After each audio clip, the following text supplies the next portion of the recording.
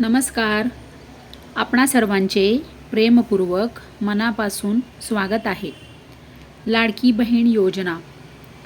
लाडकी बहीण योजना सुरू झाली तेव्हा योजनेमध्ये 2 कोटी जवळजवळ 68 लाख त्यापेक्षा जास्तसुद्धा नंतर लाडक्या बहिणी वाढत गेल्या होत्या. म्हणजे जवळजवळ 2.25 कोटी आपण म्हणूया. एवढ्या लाडक्या बहिणी योजनेमध्ये होत्या गेल्या वर्षी 2024मध्ये. 2024मध्ये ठराव सगळा पूर्ण मंजूर झाला आणि 25मध्ये योजना सुरू झाली.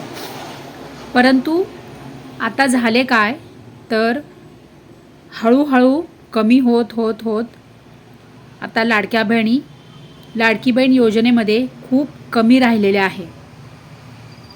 आता 2 कोटी म्हणजे जवळजवळ 2.25 कोटी जी संख्या होती ती आता 1 कोटी आणि काहीतरी 47 लाख यावर आलेली आहे.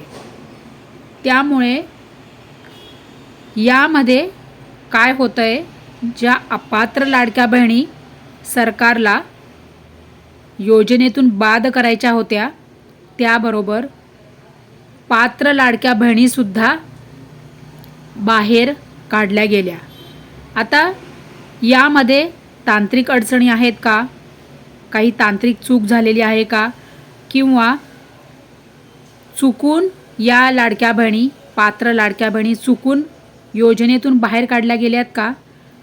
आणि आता या ज्या म्हणजे 85 लाख लाडक्या बहिणी ज्या योजनेत आधी होत्या आणि आता योजनेतून त्यांना बाद करण्यात आलेलं आहे, अपात्र ठरविण्यात आलेलं आहे.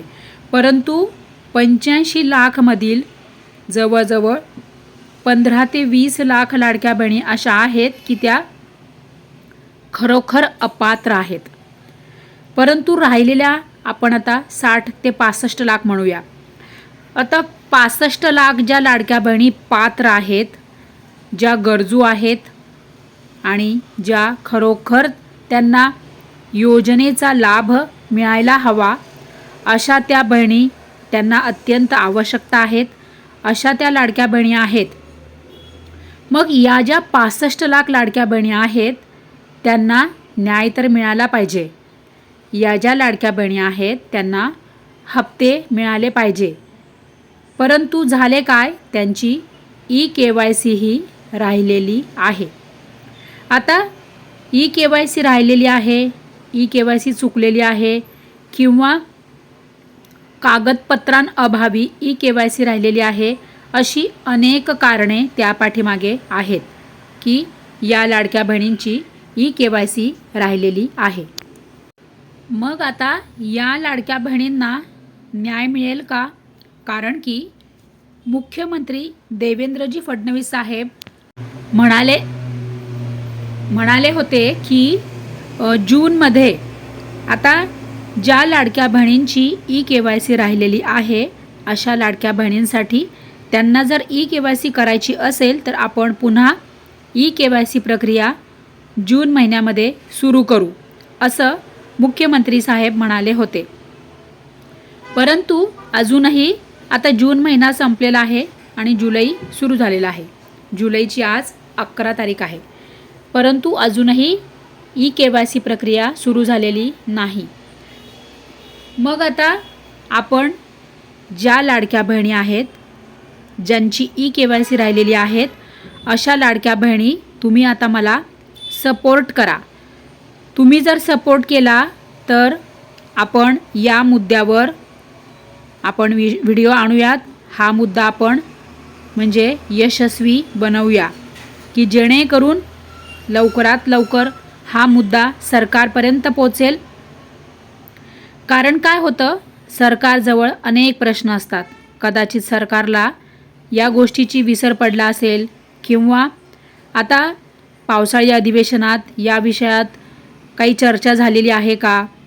त्यामुळे आपण आपलं काम करूया, सरकारला जागं करायचं.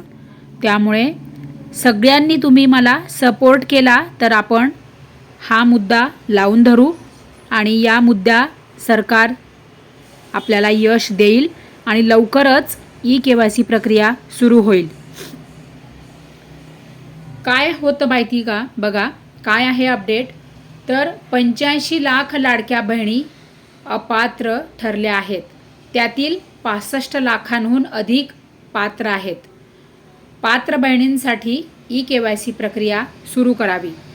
सरकारने पात्र लाडक्या बहिणींसाठी ई-KYC प्रक्रिया सुरू करावी ही आपण सरकारला विनंती करत आहोत. आता बघा या ज्या बहिणी आहेत ना, या ज्या 65 लाख लाडक्या बहिणी आहेत त्या खरोखरच पात्र लाडक्या बहिणी आहेत. सर्व नियमांमध्ये आणि निकषांमध्ये त्या लाडक्या बहिणी बसत आहेत. आता सरकारने हा विचार करावा की या ज्या गरजू आहेत, पात्र आहेत, कष्टकरी आहेत, या बहिणींसाठी सरकारने सूट द्यावी.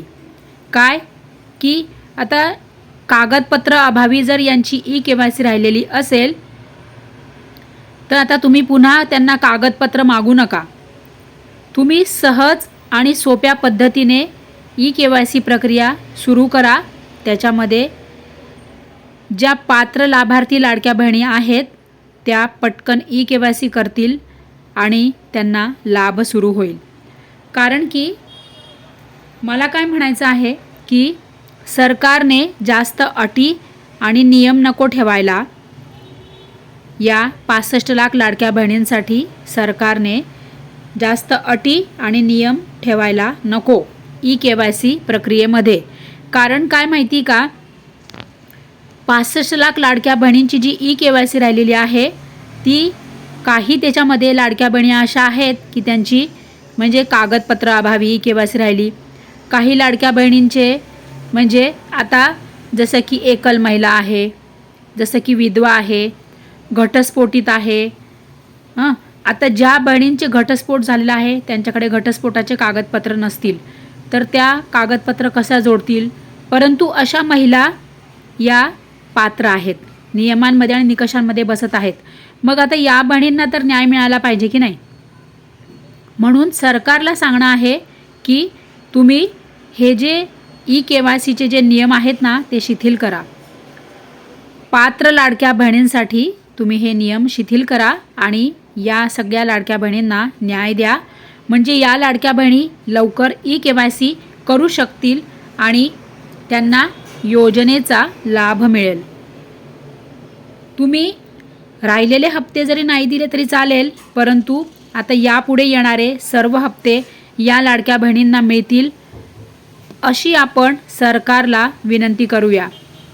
आता माझ्या ज्या लाडक्या बहिणींचे हप्ते राहिलेले आहेत ई-KYC अभावी किंवा काही अन्य कारणांमुळे, परंतु तुम्ही पात्र आहेत तर तुम्ही मला सपोर्ट करा.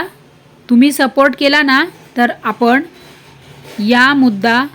हा मुद्दा आपण यशस्वी करू आणि सरकारपर्यंत हा मुद्दा आपण पोहोचवू. सरकारपर्यंत हा मुद्दा पोहोचला की सरकार लवकरच ई-KYC प्रक्रिया सुरू करेल आणि माझ्या पात्र बहिणींना न्याय मिळेल.